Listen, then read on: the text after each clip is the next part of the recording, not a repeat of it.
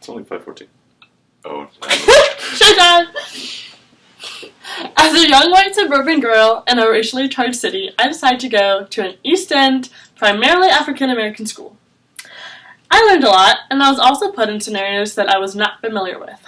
My first year at the school, I took Spanish 1 and was the only melanin-deficient individual, as I was called, in the class.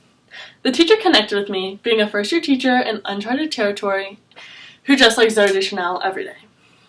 The class was very memorable. A girl named Kiana in my class left to go get agua one day, and another boy in our class, Stone, asked if she could fill up his water bottle for him. She took it, came back, and when she leaned forward to return it to him, the guy in front of her tripped her. Classic high school prank, but as she fell forward, some of her hair caught on the chair, and her entire wig fell off.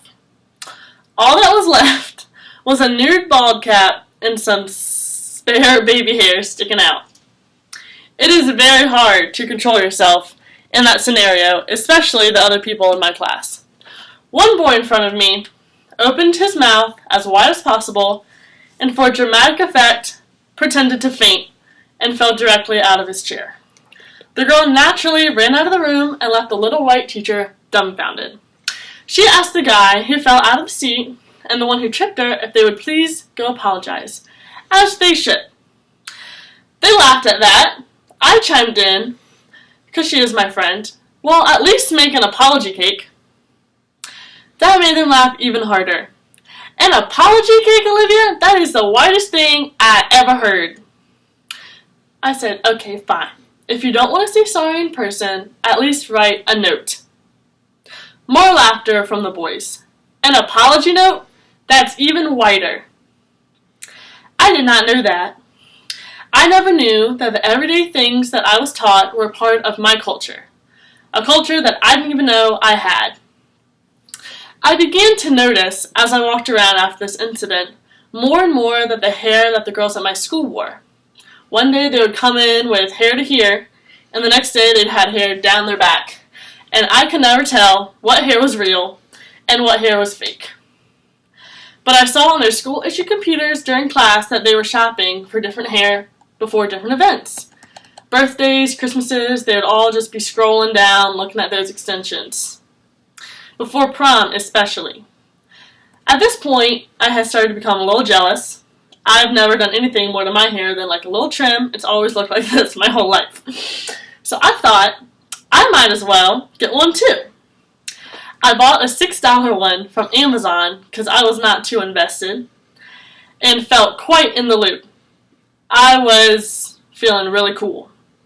I proudly wore it to school before wearing it to prom. Bad idea. I couldn't tell the difference between real hair and fake hair, but my classmates could. They had an eye for it. In the middle of English class one time, I was itching my scalp with a pencil, like my peers did, and one girl said, Olivia, are you wearing a wig from a Halloween store? Another one, that weave looks whack. It probably did. They would spend like 80 plus on their wigs or their hair extensions. That's why they asked for them for all those special occasions.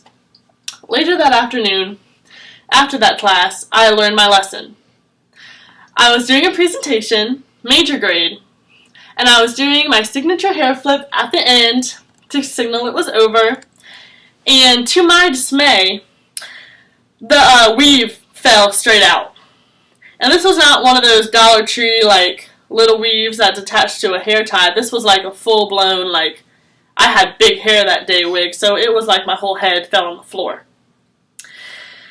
I was more relaxed about it than the other girl.